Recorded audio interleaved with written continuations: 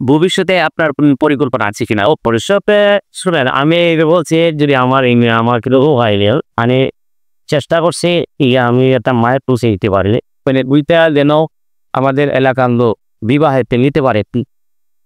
একটা গাড়ি নিলে কিন্তু একটা গরিব মানুষ একটা মেয়ে বিয়ে দিলে একটা ছেলে বিয়ে করলে তার 8,000 টাকা লাগে একটা গাড়ি। হ্যাঁ, আমি চেষ্টা করছি এই গাড়ি ভাড়াটা দিতে না দিতে হয় এটা। নতুন নতুন যারা কন্টেন্ট ক্রিয়েটর আছে আপনার এলাকায় অনেক দেখতে পাচ্ছি তাদের উদ্দেশ্যে আপনি আমি মনে করি যে এখানে মনোযোগ দিয়ে কাজ করতে হবে।